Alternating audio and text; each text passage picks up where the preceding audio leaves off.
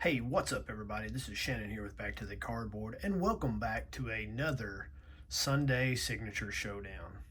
Today, we're starting off with the vintage card of the day, and it's going to be a 1964 Topps Giant, a none other than the Cincinnati great Frank Robinson. These Giants were part of a 60 card set that included greats like Mickey Mantle, Hank Aaron, Willie Mays, Roberto Clemente, and a bunch of others. These were distributed in wax packs and contained 3 cards and guess what? That signature stick of gum. And each pack sold for 5 cents a piece. When 63 and 64, those two seasons, really, Frank Robinson had a down year by his standards. And then that led to, in 65, him being traded from the Reds to the Baltimore Orioles. The Reds were looking for pitching, and it didn't really pan out, and the rest is history. You flip this card over, the back looks like a newspaper clipping. It's kind of commemorating his MVP season in 1961. You can pause it there and read the details.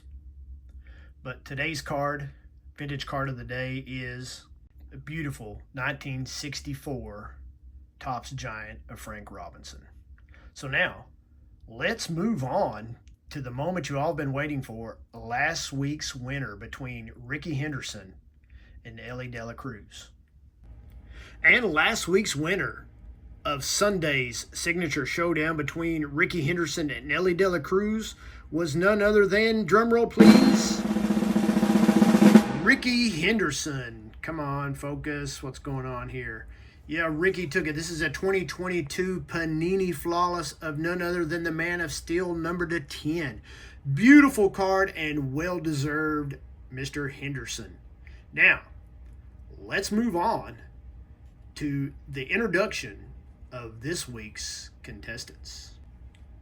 So, first off, we have a 2017 Panini Flawless Legendary Signatures of none other than the man himself, Mr. George Brett.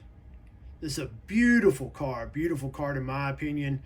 Black and white photograph in the background, blue Sharpie in the foreground, silver foil. This card is numbered to 25. Just a beautiful, beautiful card in my opinion. Just immaculate. Of none other than George Brett. Now, let's look at contestant number 2. So, going up against George Brett this week, I have a 2023 Topps 5-star of none other than Mr. Brewer himself, Robin Yount. Beautiful gold foil. I couldn't get the foil to shimmer really with the lighting in here, but man, it is beautiful. Got an awesome colored image in the background with that blue Sharpie across the 5-star logo in the front. Just a beautiful card in my opinion, and very worthy to go up against the 17 Panini Flawless of Brett.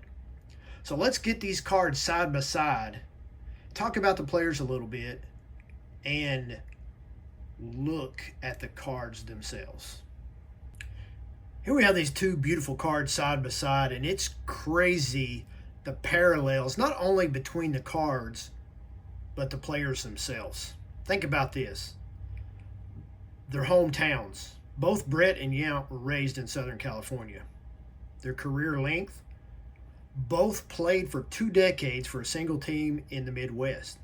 Brett for the Kansas City Royals and Yount for the Milwaukee Brewers. Their first full season.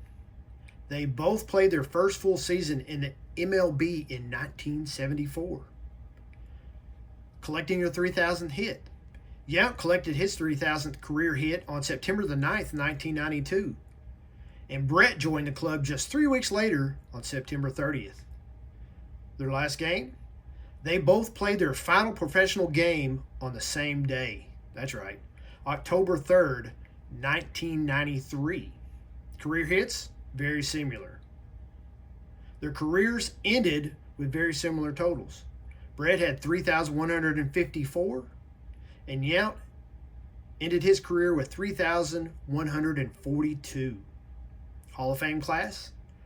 Both players were first ballot inductees into the National Baseball Hall of Fame in 1999, along with none other than the Ryan Express himself, Nolan Ryan.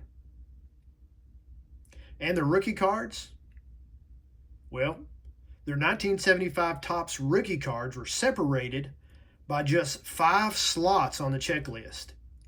The two also appeared together on a special edition 1992 Upper Deck card celebrating their 3,000 hit milestone. So they're very similar players for sure. And their cards, well, you be the judge. You look at player significance. The value and appeal of the autograph comes down to who signed it. And man, both of these guys are Hall of Famers. Like I said, first ballot Hall of Famers, inducted the same year. Almost identical amount of hits throughout their career, 2 decades for the same team. Signature quality. Man, I'm not going to sway you one way or the other, but the Yount signature to me looks better. Of course, Brett looks a little more sloppy, but it is a little more bold. And then the card design. I personally like the flawless design better. The 5-star is a little busier to me. But it's not my choice. It's your vote.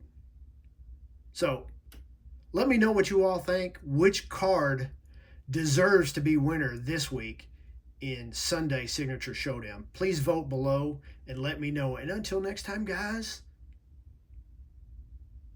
collect what you love. Love what you collect. And keep swinging for the fences. Until next time. Peace. Bye.